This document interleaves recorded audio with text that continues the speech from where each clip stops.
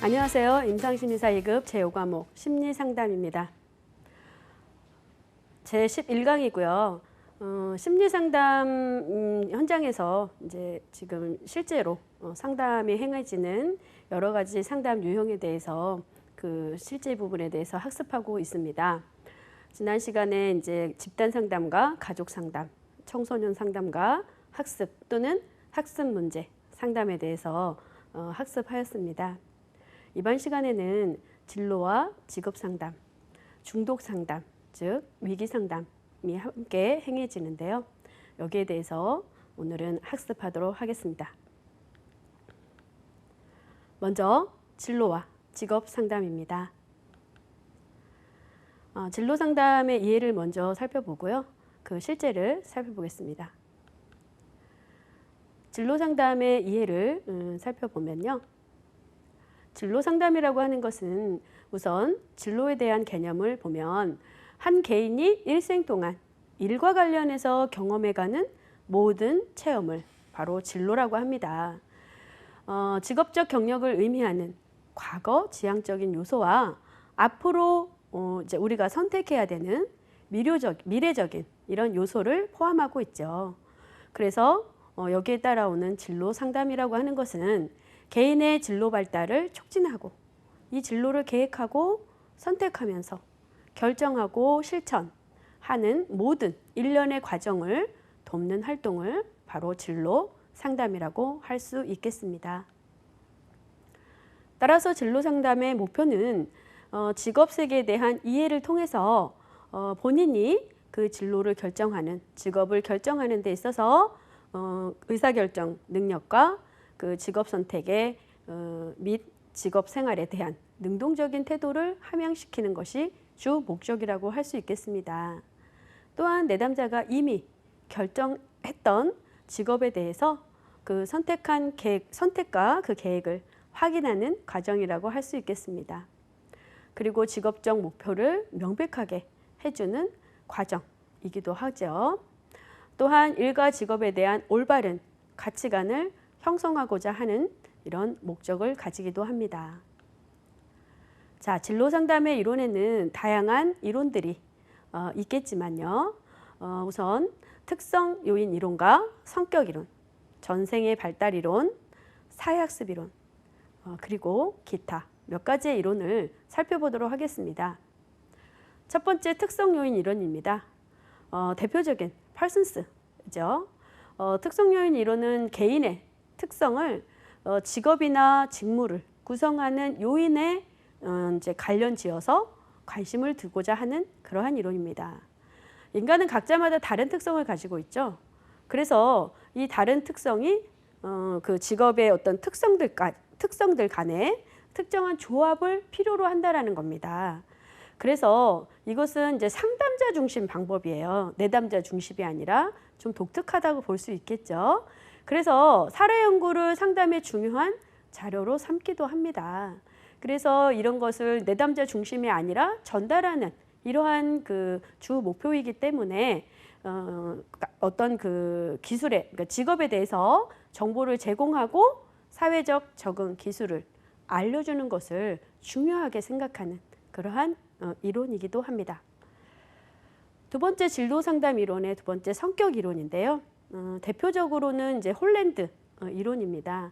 우리가 보통 홀랜드 하면 이제 그 진로 직업 이것을 결정하고 보는 이러한 이제 검사도 있잖아요. 그런데 출발은 성격 이론입니다. 그래서 각 개인은 자기가 가지고 있는 고유한 성격 유형이 있고 그것을 6가지로 분류한다는 거죠. 그래서 현실적, 탐구적, 예술적, 사회적, 기업적, 관습적 이러한 유형으로 분류를 하는데요. 성격은 기본적으로 환경과 관계가 있다라고 하는 가정을 갖고 있다는 거예요. 그래서 성격과 환경과의 관계를 보는 거죠. 성격과 환경이 얼마나 일치하느냐, 일치성과 얼마나 일관되게 움직이느냐, 일관성. 그리고 개인이 이러한 목표나 이 정체감에 대해서 얼마나 명확하고 안정되어 있느냐, 정체성이죠. 그리고 성격과 환경과의 관계를 봤을 때 개인의 그 흥미 정도를 얼마나 그 환경과 관계가 맺어지느냐, 계측성. 이렇게 해서 6가지의 유형을 환경과 비교하여 구분을 하는 이론입니다. 세 번째는 전생의 발달 이론입니다. 대표적으로 슈퍼가 되겠죠. 슈퍼는 대표적으로 이제 진로 발달을 어떤 개인의 전체적인 발달의 한 국면으로 보죠. 그래서 진로 선택을 자아 개념의 실행 과정이다라고 봅니다. 그래서 이제 그 보통 직업 상담 이론에서 특성 요인 이론의 퍼슨스와 이 슈퍼는 굉장히 중요한 어떤 발달 그 이론으로 다뤄지고 있는데요. 특히 이 슈퍼 같은 경우에는 그 발달적인 측면을 강조하기 때문에 그리고 자아 이런 것들을 굉장히 중요해서 심리적인 차원으로도 많이 다루어지고 있습니다. 그래서 인간은 이제 자기의 자아 이미지와 일치하는 직업을 선택하더라는 거죠. 그래서 청소년은 올바른 직업 선택을 위해서 자기의 어떤 자아 개념을 향상시킬 수 있는 이러한 상담 전략이 필요하다라는 겁니다. 왜요? 올바른 자아 개념이 향상이 되어야지만 직업 또한 그 자아 개념에 따라서 맞게 선택할 수 있다라고 하는 원리이기 때문에 그렇다는 거죠. 자, 그 다음에 네 번째는 사회학습 이론입니다. 크롬볼츠입니다. 진로 선택에 영향을 미치는 요인으로는요. 크롬볼츠는 선천적인 능력이고요. 그 다음에 환경적인 성향과 다양한 사건들이 작용한다는 거예요. 그리고 본인이 어떻게 선행적으로 어떻게 학습되어졌냐 하는 그런 경험적인 요소와 가제 접근 기술에 따라서 진로를 선택하더라는 거죠. 그래서 이미 우리가 이제 그 상담의 어떤 그 요소에 대해서 학습을 할 때 상담의 목표를 결정하는 방법에 대해서 학습을 했는데요. 크롬볼츠가 제시하는 상담의 목표 다시 한번 제시해 보도록 하겠습니다. 내담자가 요구하는 목표여야겠죠. 당연히 상담자가 제시하는 목표는 필요가 없는 것이겠죠. 그래서 상담자의 도움을 통해서 내담자가 감당할 수 있을 정도의 달성할 수 있는 정도의 목표를 취해야 된다라는 거죠. 그리고 내담자가 상담 목표의 성취를 그 정도를 평가할 수 있어야 된다라는 거예요. 내담자의 어떤 그 성취 정도를. 크롬볼츠는 이렇게 상담의 목표를 제시하고 있습니다. 자, 이 외에 진로 상담 이론에 대해서 몇 가지 더 살펴보면요.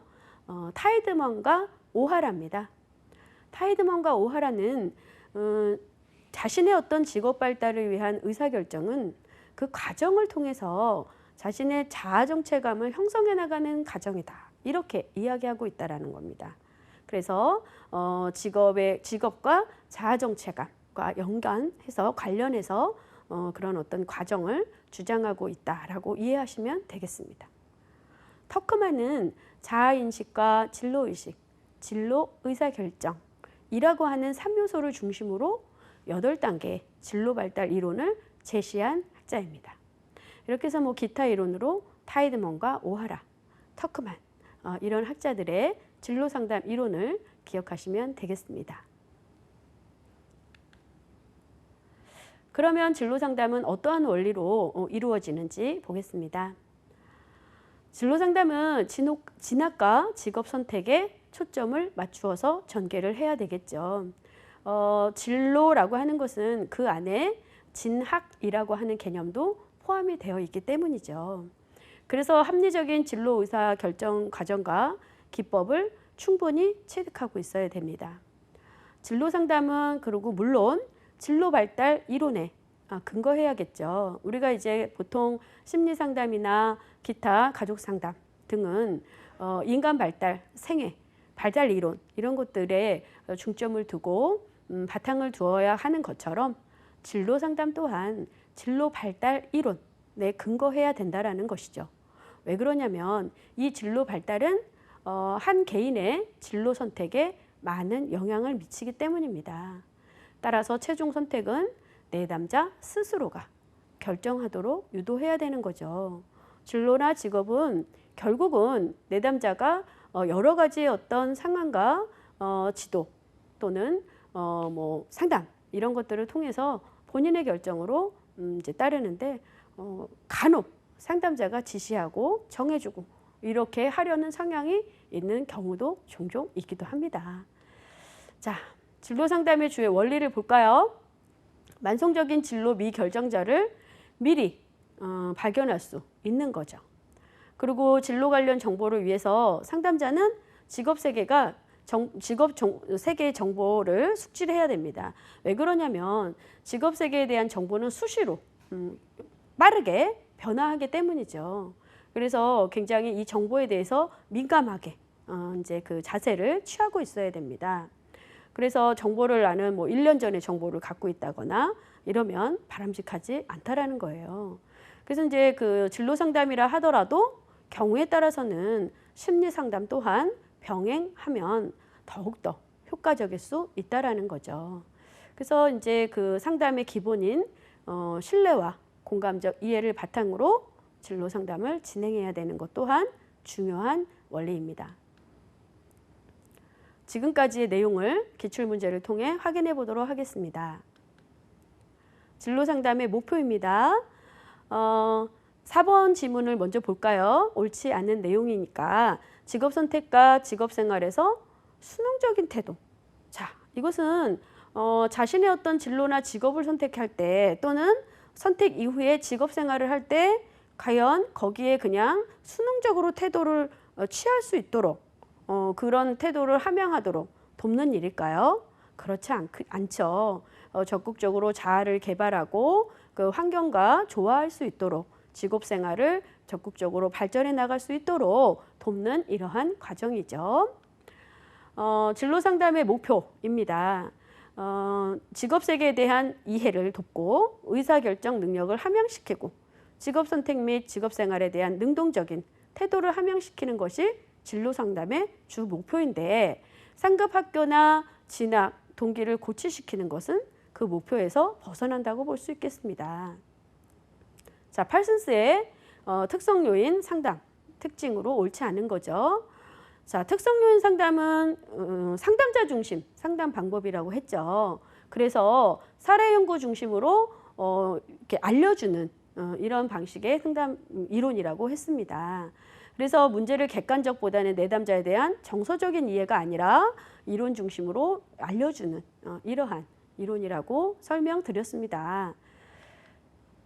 홀랜드 이론입니다. 홀랜드 이론은 성격 이론이라고 했죠. 그래서 자신의 인성 유형과 동일하거나 유사한, 여기서 동일하거나 유사한 단어가 나왔습니다. 그래서 보기에서 일치성이 되겠습니다. 그래서 어쨌든 이제 홀랜드는 그 성격과 환경을 관계로 지금 보기에서처럼 4가지를 제시하고 있죠. 그래서 일관성과 정체성, 일치성, 계측성, 즉 변별성이라고 하죠. 이렇게 4가지를 제시하고 있죠. 다음은 이제 진로 직업 상담에 그러면 실제로 들어가 보도록 하겠습니다. 진로 교육 실시를 위한 이제 지도의 단계인데요. 이것은 어떤 이제 우리가 그 어떠한 변화를 일으키고 그다음에 이제 그 과정에 도달할 수 있는 그러한 상담이기보다는 진로 직업을 선택할 수 있도록 교육에 가까운 그렇기 때문에 지도라고 하는 용어를 쓰게 됩니다.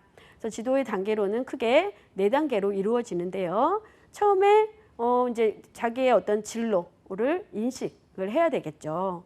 그렇다면 그거를 인식하게 되면 거기에 대한 탐색이 이루어지고 탐색을 했다면 거기에 대한 준비를 하겠죠. 그래서 진로 전문화를 해야 되는 단계가 되겠습니다. 그럼 첫 번째 진로 인식 단계입니다. 진로 인식 단계는 초등학교 수준의 단계다라고 말할 수 있겠고요. 이때는 이제 일의 세계나 이제 진로가 무엇이구나 이런 것을 인식하는 단계니까 장래 계획이나 주제 이런 것들을 다루는 단계라고 볼 수 있겠죠. 그래서 일에 대해서 노동에 대해서 건전한 태도를 가지고 자기 이해를 통한 가치관을 형성하는 이러한 단계다라고 볼 수 있겠습니다. 이러한 진로 인식의 단계가 지나면 이제 탐색이 되겠죠. 중학교 수준의 단계라고 볼 수 있겠고요. 그렇다 그러면 이제 진로가 인식이 되었으니까 그러면 구체적으로 어떠한 직업들이 있지? 본인이 이제 인식한 것에 이어서 관련 직업들을 탐색할 것입니다. 그래서 그 관련 직업들을 보면서 자신의 흥미나 능력, 이때 이제 여러 가지의 검사들을 통해서 그것을 변별하겠죠. 그래서 이제 우리가 거기에 대한 검사도 이제 그 학습을 할 건데, 이때 자신의 흥미, 능력, 이것은 굉장히 중요한 요소일 수 있습니다. 그래서 잠정적 진로의 선택과 직업을 선택하는 계획을 수립하는 단계입니다. 세 번째는 그래서 진로를 준비할 수 있는 단계로서 고등학교 수준 정도라는 거죠.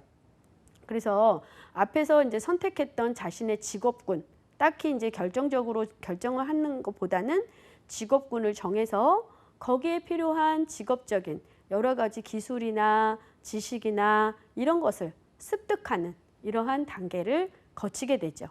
그래서 구체적인 진로 계획안을 세울 것입니다. 보통 이제 우리는 명확하고 구체적인 것을 좋아하고 한 가지 목표만을 이제 세우고 이런 것들을 이제 물론 그것을 선택을 해야 되는 거긴 하지만 직업이라고 하는 것은 내가 모르는 어떤 것들도 있을 수 있고 그 다음에 거기서 파생되는 또 여러 가지 직업이 있을 수 있습니다. 따라서 한 가지를 정확하게 딱 짚는 것, 물론 그게 최종의 목표지만 직업군을 정해서 동일한 직업들이 모여 있는 것을 말하겠죠. 거기에 필요한 일단 기술과 지식들을 습득하는 것, 이러한 단계가 되겠습니다. 네 단계는 이제 이때는 대학이나 성인 단계, 구체적인 직업 지식을 함양하는 단계가 되겠습니다. 그래서 이때는 진로를 전문화시키는 이러한 단계인데요. 특정 직업 분야를 이제 준비하는 사람으로서 어떤 그 고용된 사람과의 어떤 관계 형성을 직접적으로 뭐 체험이나 이런 걸 통해서 기회를 가질 수 있는 뭐 이러한 단계라고도 할 수 있겠습니다. 그러면 구체적으로 직업 상담의 전반적인 과정을 살펴보도록 하겠습니다. 일반적으로 뭐 상담의 전반적인 과정과 동일하다고 보시면 되겠습니다. 상담자와 내담자가 만났을 때 처음 라포, 관계를 형성할 거고 내담자가 가지고 있는 문제를 평가하겠죠. 그리고 그 평가한 후에 목표를 설정하고 상담의 구체적인 상담 활동이 들어가는 개입, 그래서 그 개입에 따른 실행을 하고 실행에 따른 평가를 해서 종결이 들어가는 이러한 과정이 되겠습니다. 첫 번째는 내담자가 호소하는 문제를 이해해야 되겠죠. 그래서 문제를 정교화하고 이거는 문제 평가 단계가 되겠죠. 이때 이제 내담자의 유형별 분류를 하겠습니다. 그래서 내담자의 어떤 유형이 있느냐, 크게 세 가지로 내담자 유형을 분류할 수 있겠는데요. 이미 진로를 결정하고 온 내담자 또는 진로를 결정하지 미결정자, 이러지도 저러지도 못하는 우유부단형, 이렇게 크게 세 가지의 유형을 분류할 수 있다는 거예요. 그러면 이미 진로를 결정하고 왜 와? 이럴 수 있잖아요. 그래서 진로를 결정한 사람 같은 경우에는 그 결정한 거에 대한 선택을 명료화하고요. 그걸 이행하기 위해서는 어떻게 어떠한 과정이 필요하고 어떠한 준비가 필요하고 이런 것들이죠. 근데 들여다보면 실제로 진로가 결정됐다고 한 것처럼 보이지만 실제로는 결정을 못한 걸 수 있다는 거죠.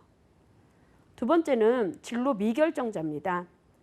이것은 진로를 이제 말 그대로 결정하지 못한 내담자인데요.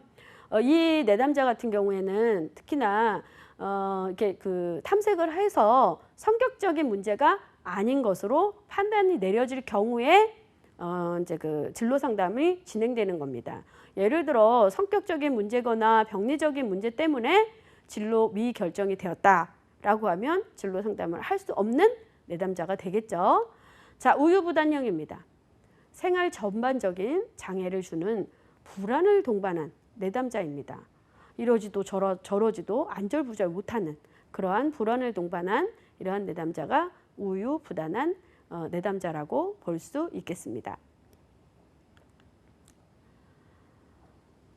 진로직업 상담에 있어서의 어떤 검사가 이제 필요하겠죠. 그 유형을 분류하는 데 있어서 첫 번째는 직업적성 검사입니다. 직업적성 검사는요, 특정한 재능이 어느 정도 이 사람이 있는지 시험하는 검사예요. 즉 IQ 테스트나 그러니까 지능 검사죠. 그런 것들처럼 개인의 지능을 테스트하는 시험이랑 비슷하다는 거예요. 그래서 딱 이렇게 찝어서 이 사람이 어떤 재능이 어느 만큼 있지라고 하는 정도를 측정하는 이러한 검사라는 거죠. 그래서 이제 슬라이드에서 잘 안 보일 수 있는데 예시로 이것은 이제 그 워크넷 이런 데서 제공하는 이런 검사인데요.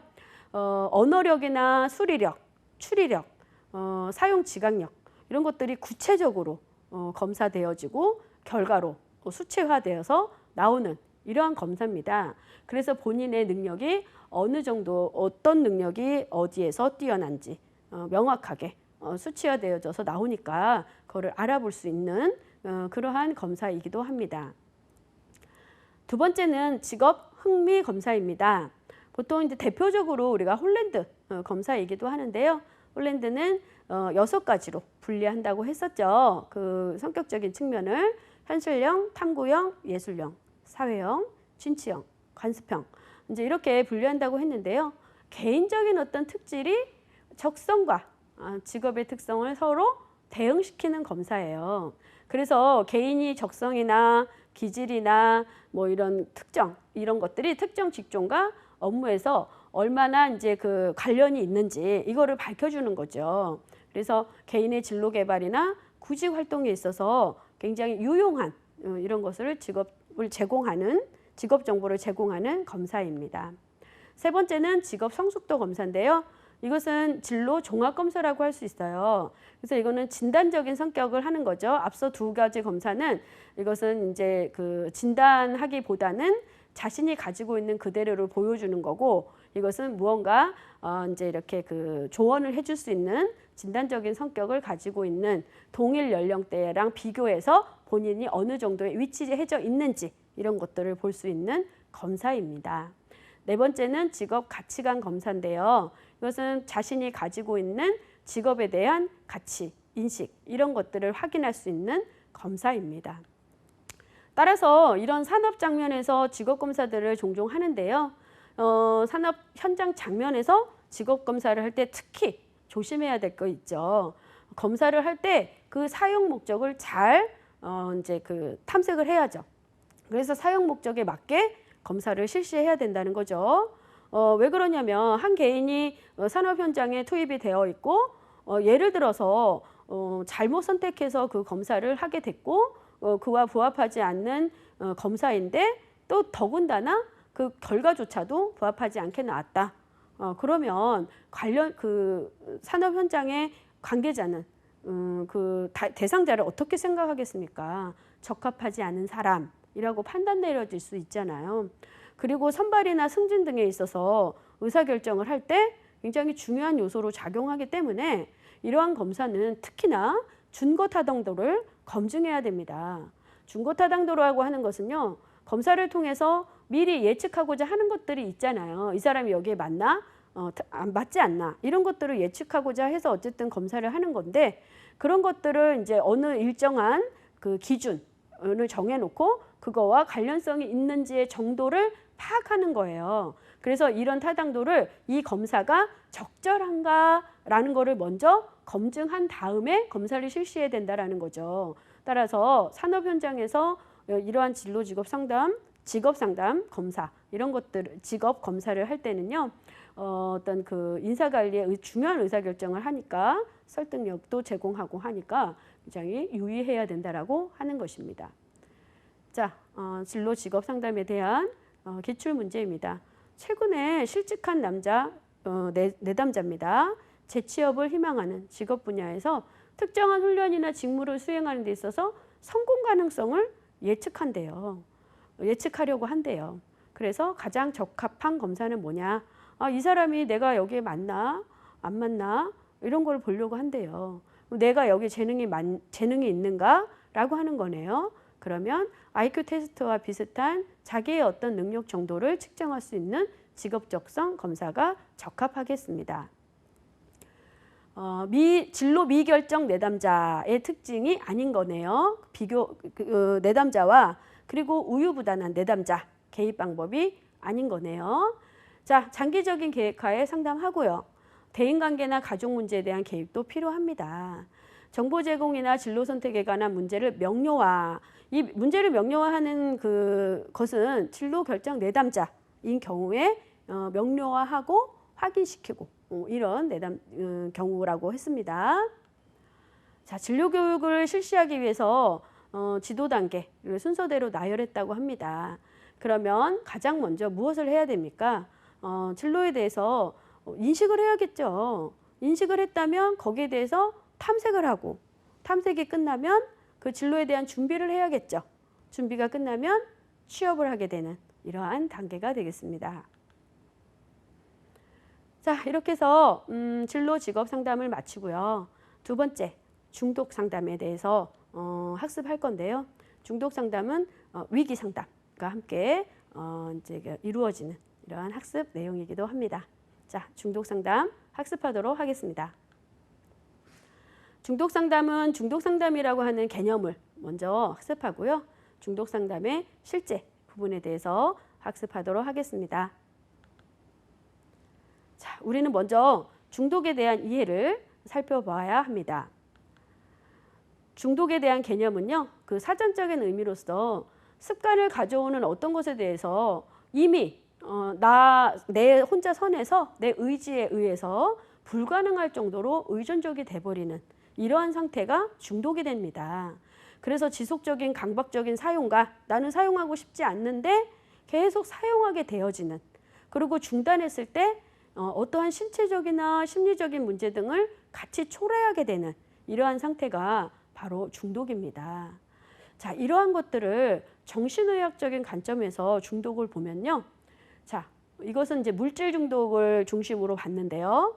생리적인 의존성, 즉 생리적인 의존성이라고 하는 것은요, 내성과 금단 증상이 동반됩니다. 자, 생리적인 의존성 물질 이외에 병적 도박처럼요.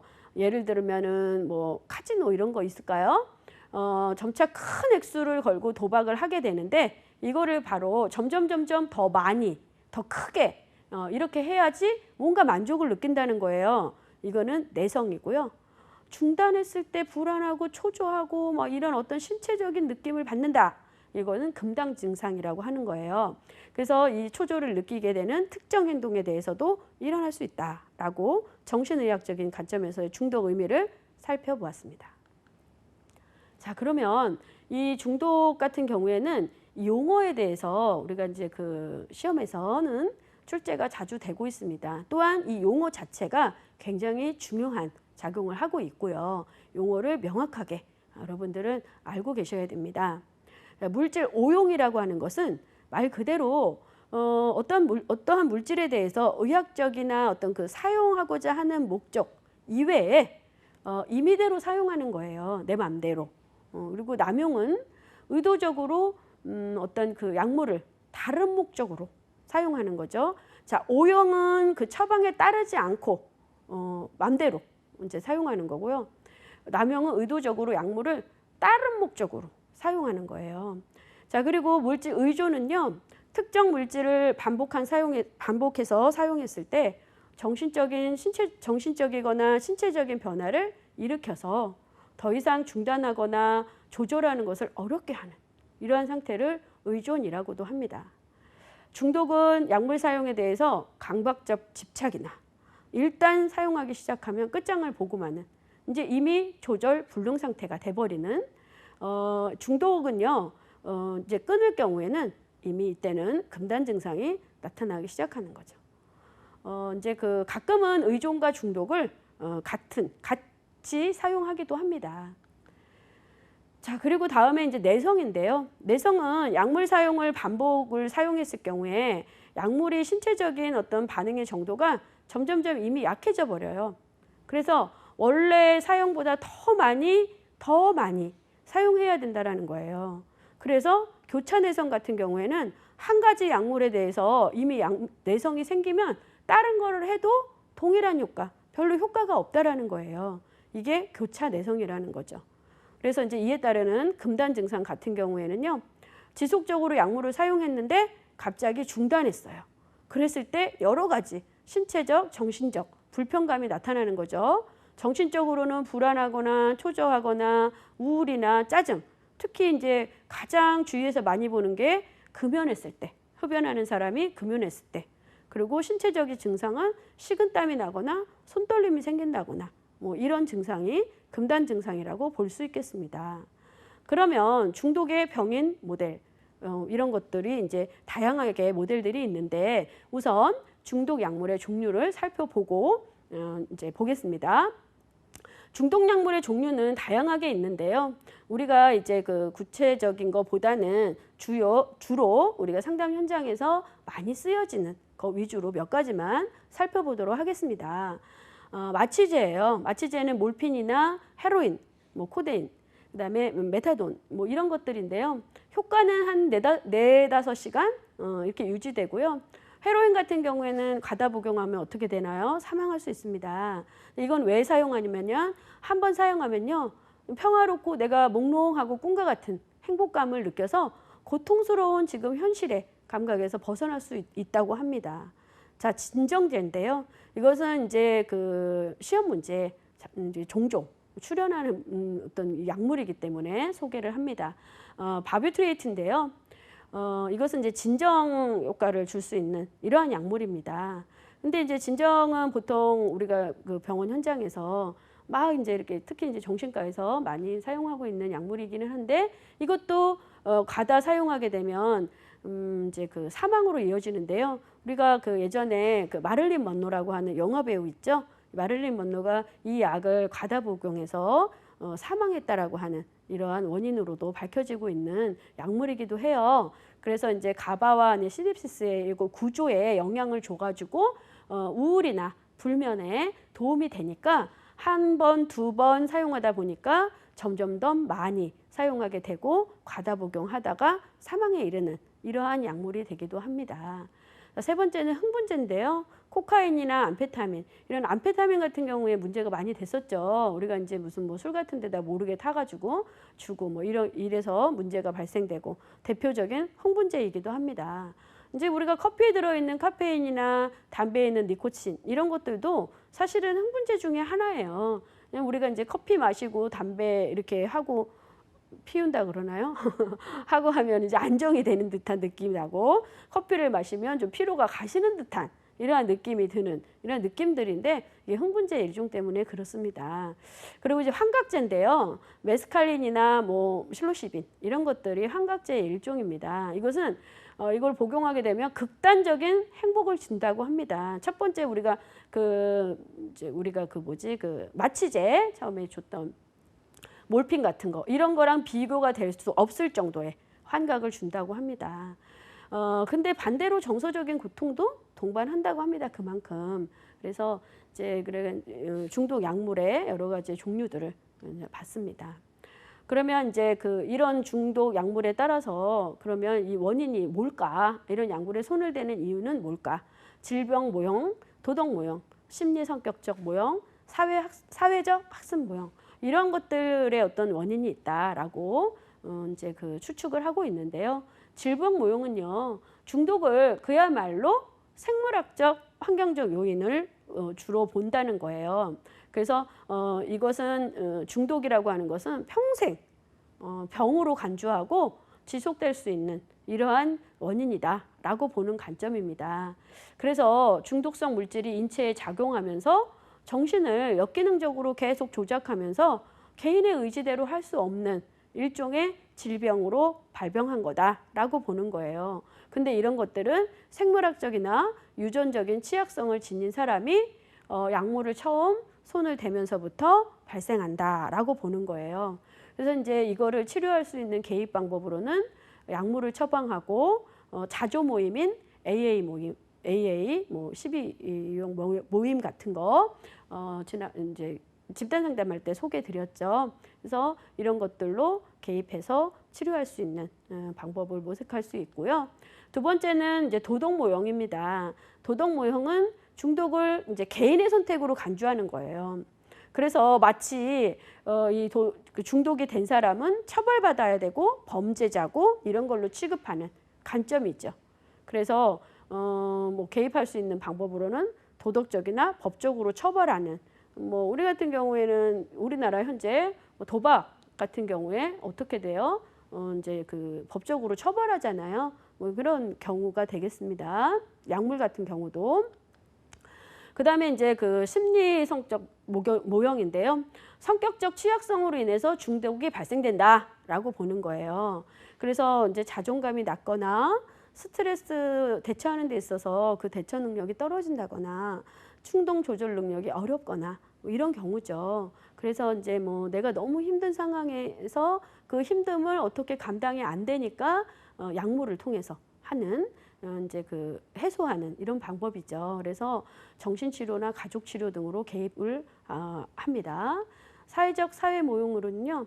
중독 같은 경우에는 이제 조건화된, 그러니까 주위에 약물 이런 거 약물이나 아니면은 그 약물을 하는 사람들이 많은 거죠. 그러다 보니까 조건 형성이 된 거죠. 그래서 그러한 학습의 결과로 강화가 된 거예요. 나도 한번 해볼까? 이렇게 되는 관점이 되는 거죠. 그래서 이 뭐 개입 방법은 이 조건 형성을 없앤다거나 뭐 사회적으로 또는 뭐 환경적으로 어떤 뭐 대처하거나 적응할 수 있는 기술을 학습시키는 방법이 되겠죠. 그래서 청소년들의 약물 남용 단계를 이렇게 살펴보니까 처음에는 실험적으로 한번 해본다는 거예요. 처음 접하고서 나도 한번 해볼까? 저런 게 있네? 이렇게 한다는 거예요. 호기심에. 그래서 2단계로 가면서 사회적 단계로 한번 해보니까 괜찮다는 거예요. 그래서 가끔씩 나 너무 힘드네, 괴롭네, 필요할 때 한 번씩 약물을 찾기 시작하는 거예요. 그래서 기분이 좋아질 때 그냥 한 번씩 또 오락적으로 그냥 한번 하는 거죠. 별로 이제 심각하지는 않아. 그래 그냥 계속 해도 괜찮겠네? 라고 사용하는 단계예요. 그러면서 이제 점점점 횟수가 많아지겠죠. 횟수나 양이. 근데 자주는 아니지만 이제는 정기적으로 사용해야 된다라는 거예요. 그러면서 이제 성격적이거나 정서적으로 행동적으로 여러 가지의 문제가 발생해요. 근데 아직까지는 일정한 시간에만 사용해. 그리고 사용을 안 해도 크게 이제 막 이렇게 막 이상적인 문제가 눈에 띄게 보이지는 않는 단계이긴 해요. 아직까지는. 그래도 점차 조절 능력이 상실되면서 행동과 감정의 변화가 나타나기 시작하죠. 그러면서 이제는 완전히 중독, 의존하게 되는 한시라도 약물이 없으면 불안한 이러한 단계로 된다라는 거예요. 그래서 금단 증상 이런 것들이 나타나고 좋지 않은 느낌이 오기 전에 미리 이제 약물을 손을 대는 이러한 단계를 거친다는 겁니다. 자, 그래서 장기간 사용 중이던 약물을 얼마 동안 사용하지 않아서 심리적으로 불안한 것, 그다음에 신체적인 불쾌감을 경험하는 것, 금단 증상이 되겠습니다. 자, 두 약물의 양리작용이 이제 유사해서 한 가지 약물에 대해서 내성이 생겼어. 그 다른 약물을 또 했는데도 그래도 듣지 않아. 이런 경우에는 교차 내성이다라고 말씀드렸습니다. 자, 약물에 관한 설명으로 옳은 것을 모두 골라라라고 했습니다. 약물 오용은요. 의도적으로 다른 목적을 사용하는 거다. 이것은 약물 남용이라고 했습니다. 자, 약물 없이는 지낼 수 없어서 계속 약물을 찾는 상태를 약물 의존이라고 했죠. 자, 그리고 약물을 적절한 용도로 사용하지 못하고 잘못 사용하는 것, 이것을 우리는 약물 오용이라고 했습니다. 또한 약물로 인해서 신체 건강에서 여러 부작용을 나타내는 이러한 상태를 약물 중독이라고 했습니다. 따라서 여기서 옳은 질문은 약물 의존과 약물 중독, 니은과 리을 질문이 되겠습니다. 자, 약물에 관한 설명으로 틀린 것은 이제 틀린 질문을 찾는 거죠. 바뷰트레이트, 이것은 이제 진정제라고 했죠.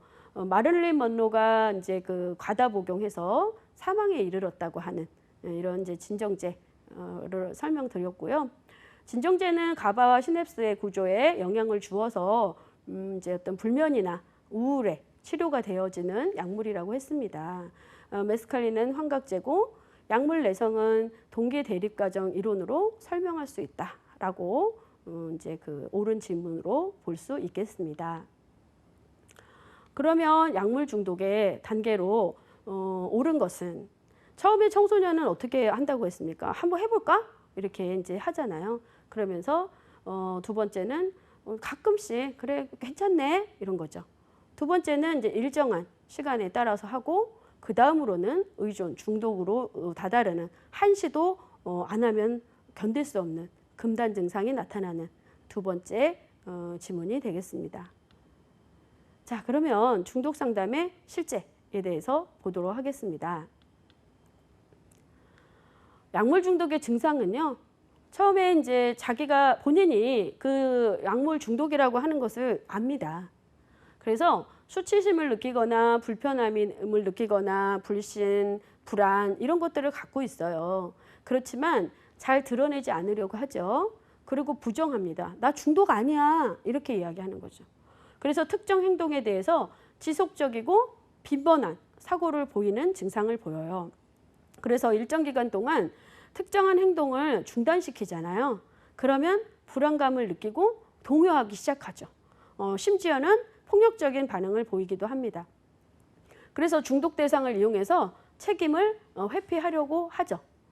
나 지금 이런 상태라서 나 그래서 못했어 라고 하는 거죠.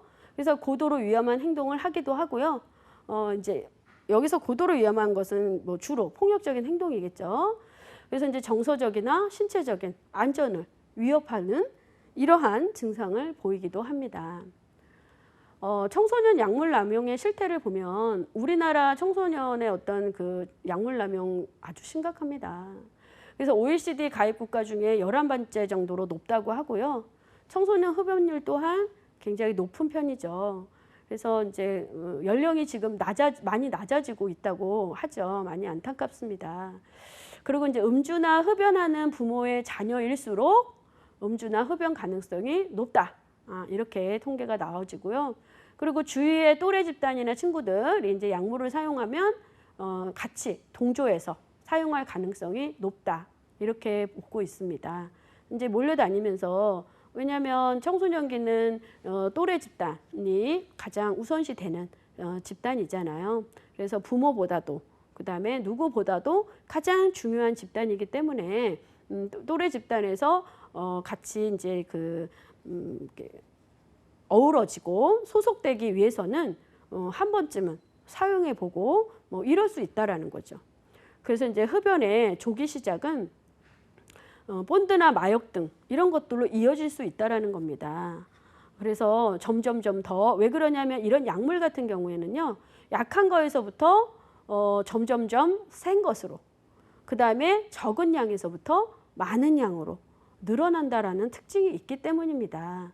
그래서 약물 남용으로 발전될 가능성이 충분히 있다라고 하는 것입니다. 자, 다음은 인터넷, 게임, 스마트폰 이런 중독 증상인데요. 요즘에 너무 심하죠. 집에 있는 시간이 길고 이러면서 특히 이제 스마트폰 같은 경우에는 손에서 놓지 않잖아요. 예, 그래서 제가 뭐 우스갯소리로 얘기합니다. 자, 여러분, 내가 스마트폰을 갖고 내려오지 않았습니다. 스마트폰을 가지고 오지 않고 학교에 오면 지각하지 않지만 그것을 가지고 오면 지각입니다. 어떻게 하겠습니까? 묻습니다. 대부분이 다 가지고 옵니다. 합니다. 그런데 더 슬픈 건 그럼에도 불구하고 스마트폰을 가지고 왔는데 아무 일이 안 일어났어요. 네, 그런 우스갯소리를 했는데요. 이처럼 이제 스마트폰, 즉 이제 내성과 금단 증상이 일어나는데요. 스마트폰에 있어서 내성이라고 하는 것은 인터넷 사용 시간을 계속 늘려야 된다라는 겁니다. 내성이라고 하는 것은 점점 더 강하게, 점점 더 많이, 이제 이렇게 세게 이런 것들을 점점점이라고 하는 단어가 들어갑니다. 이건 이제 내성이라고 하는데요. 인터넷 사용을 계속 늘려야 된다라는 겁니다. 1시간, 2시간이 되고 2시간이 3시간이 되고 이제 손에서 놓지 않는 이런 게 되는 겁니다. 이제 그 가장 최근에 뭐 이런 얘기는 공개적으로 그렇지만 20대 중후반 여성입니다. 미혼 여성이 저희 상담실에 찾았는데 인터넷, 스마트폰입니다. 그래서 잠을 못 잡니다. 그래서 이거를 줄여나가는 이제 그 조건 형성과 행동적인 치료를 시도를 했었고 어느 정도 지금 이제 치료가 발현되고 있습니다. 어쨌든 이제 이런 내성과요, 금단, 인터넷을 하지 않을 때 발생되는 생리적, 심리적 어려움 이런 증상들이 이제 존재하게 된다라는 겁니다. 인터넷 사용과 관련해서 대인관계 철회 귀찮은 거죠. 그래서 이제 고립이나 은둔형 외톨이 이런 것과 같은 사회적 기능에서의 심각한 문제가 발생됩니다. 하루 중에서 대부분 인터넷을 사용하는 생각만 사로잡히는 거예요.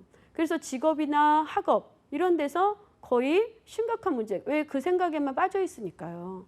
그래서 타인에게는 나 인터넷 안 해, 이제 더 이상 이제 안 봐 이렇게 얘기하지만 혼자 있는 시간에는 주로 그 인터넷을 한다는 거죠. 그래서 이것 때문에 심리적이거나 신체적 건강상의 문제가 발생되겠죠. 여러 가지로. 네, 그래서 어떤 그 대인적인 관계가 일어나지가 않잖아요. 그래서 여러 가지 문제가 초래된다라는 겁니다. 병적 도박 증상의 특징들을 보면요. 특히 도박 같은 경우에는요. 돈의 액수가 점점 커져야 돼요. 그래야 흥분이 커진다는 거죠. 내성입니다. 흥분감을 느끼기 위해서는 액수를 더 늘려야 된다는 거죠. 그리고 도박 행동을 그만두거나 줄이려고 하면 어때요? 안절부절 못하고 가면해지고 막 이래요. 그래서 심지어 이런 얘기도 있습니다. 도박을 못하게 하려고 손을 없애면 발로 한다. 뭐 이런 말도 있어요. 이 정도로 도박은요. 정말 끊기 힘든 이러한 병적입니다. 병적 도박은 전형적으로 남자는 초기 청소년 때, 여자는 주로 인생 후기에 시작되는 경우가 많다고 합니다. 그래서 도박을 중단하면 일단 금단 증상, 신체적인, 정서적인 어떤 이상 증상이 나타난다고 했죠. 그리고 이제 심하면 자살까지도 초래한다는 겁니다. 도박 행동에 문제가 있음을 인정하지 않고 이 도박 중독 증상자들은요, 계속 무슨 변명을 해요. 그리고 이제 초기 증상자들은 어때요? 돈을 빌리고, 그리고 변제를 못하지만 충분히 변제할 수 있다고 이야기하고, 가족들을 힘들게 하고, 뭐 이러잖아요. 그리고 이번 한 번만, 이 한 번만이라고 하는 말을 많이 하죠. 그래서 이제 이런 그 가족들의 어떤 교육도 많이 필요합니다. 그래서 도박 같은 경우에는 여러 가지 주변 사람들의 도움이 필요하다는 거. 그 다음에 알코올 중독자 상담입니다. 이 중독 같은 경우에는 상담 현장에서도 많은 상담자들이 기피라고 할까요? 어려움 그리고 힘듦을 이야기합니다. 또 어렵고요. 그래서 알코올 중독 치료는요, 개인 상담보다는 주로 자조 집단, 그러니까 알코올 중독에서 이제 좀 치료된 사람들의 모임, 자조 집단, 집단 상담 등으로 주로 이루어집니다. 이제 심한 경우에는 약물 치료가 필요하겠죠. 그래서 치료 초기에는 무의식적 사고와 감정에 대한 해석을 주로 사용하지 않아요. 왜 그러냐면 이 알코올 중독자 같은 경우에는 특히나 또 인정하려 하지 않고 하니까요. 그래서 해석은 이것은 알코올 중독자뿐만이 아니라 모든 상담 과정에서 마찬가지죠. 그래서 이제 중기 과정 이후에 많이 사용되는 그 기법이고요. 치료 초기에는 술과 관련된 치료적 계약을 분명히 해야 됩니다. 절대 술을 마시지 않는다.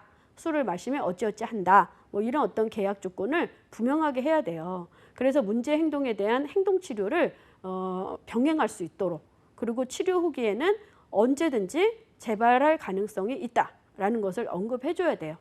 그래서 이제 이 알코올 중독자 같은 경우에는 혹시 이 증상들이 완화가 아니라 없어졌다 하더라도 항상 주지시켜야 될 것 중에 하나가 나는 지금도 치료 중입니다 라는 것을 언지시켜줘야 됩니다. 언제든지 재발이 가능하기 때문입니다. 그래서 치료 후기에는 언제든지 재발 가능성이 있다라는 것을 언지시키고요. 그 다음에 자조 집단에 이렇게 참여할 수 있도록 독려해 주는 것도 방법 중에 하나입니다. 그래서 이 중독 상담의 개입 방법으로는 AA 12단계 모델, 이것은 이제 기출 문제에서 보통 중독 상담, 특히 알코올 중독 상담의 개입 방법으로 묻는 모델 자체를 묻는 이런 문제들이 출제됩니다. 그래서 AA 12단계 모델, 이것은 자조 집단이다라는 거 기억하시면 되겠습니다. 그 동기 강화, 자극 통제가 있는데요. AA 12단계 모델은요, 이거는 영적 성장에 초점을 둡니다. 계속 이제 질문과 이야기를 하면서 이제 경험이 있었던 집단원들끼리 모여서 자조 집단을 형성하는 겁니다. 그래서 이거를 활용해서 진행되는 이러한 개입 방법입니다. 그래서 알코올의 과다 섭취뿐만이 아니라 삶을 대하는, 우리가 어떻게 삶을 유지하고 우리 삶의 존재에 대해서 살아가는 방식, 근본적인 의미를 던지는, 어떻게 보면 조금 철학적인 이러한 내용들로 구성되는 치료 기법입니다.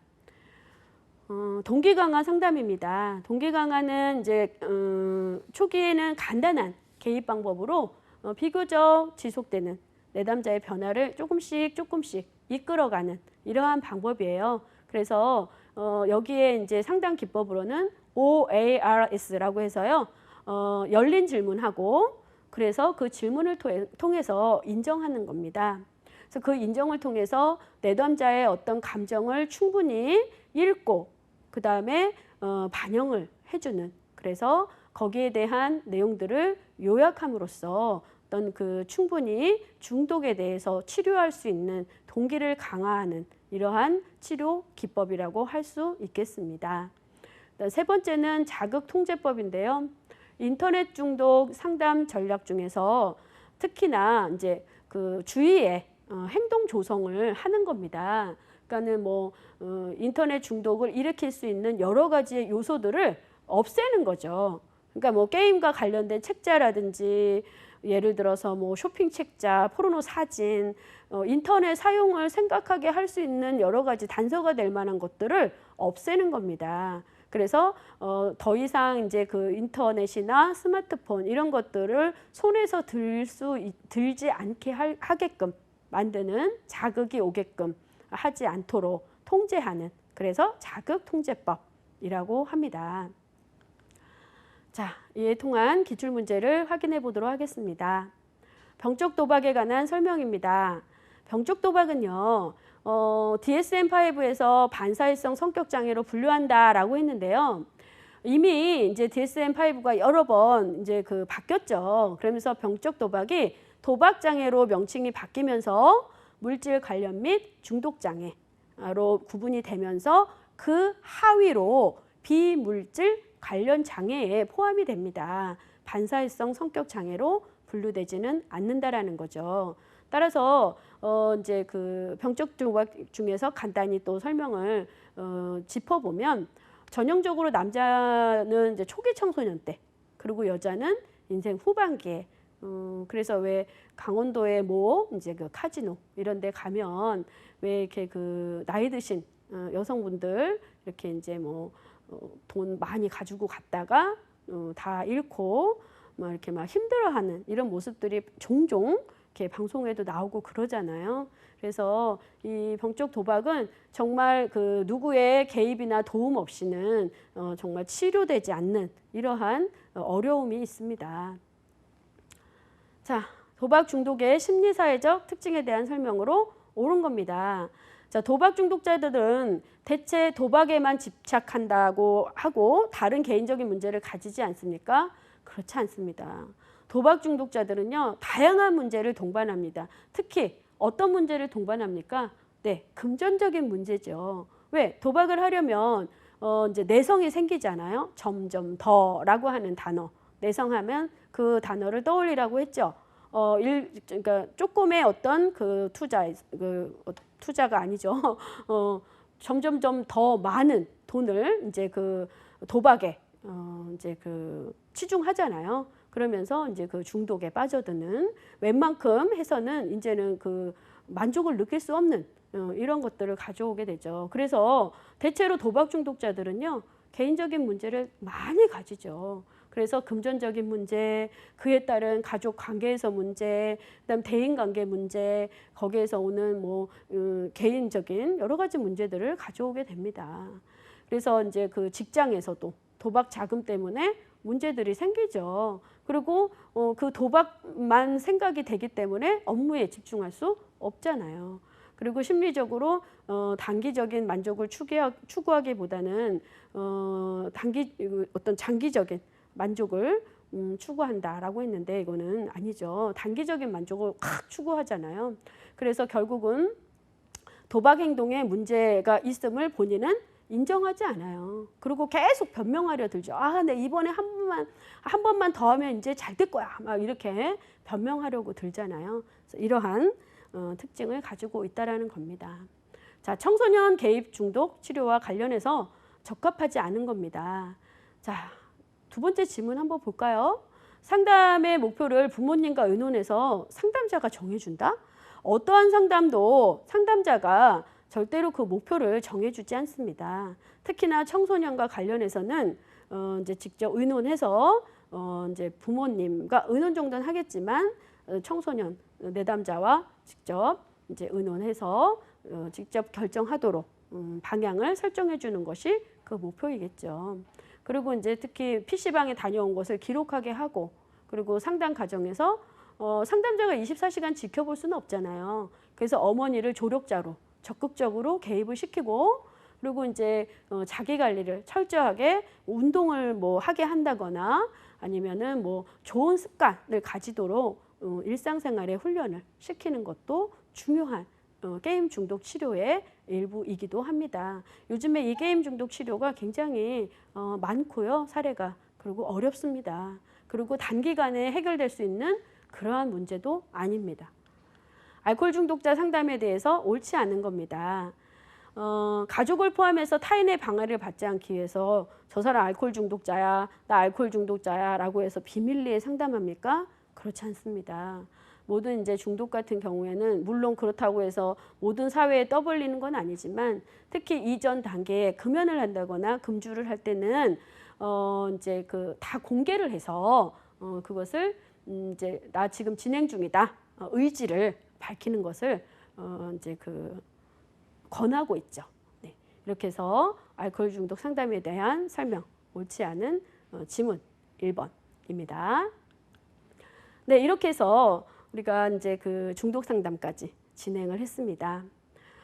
중독 상담은 우리가 현장에서 굉장히 어렵고 치료되는데 시간이 오래 걸리는 그리고 이제 개입에 있어서 약물도 치료해야 되는 이러한 상황일 수도 있습니다. 그래서 이제 그 공부를 많이 하고 훈련이 많이 필요한 상담자가 필요할 수 있고요. 다음 시간에는 특수 문제별 상담에 대해서 학습하도록 하겠습니다. 여러분 수고하셨습니다.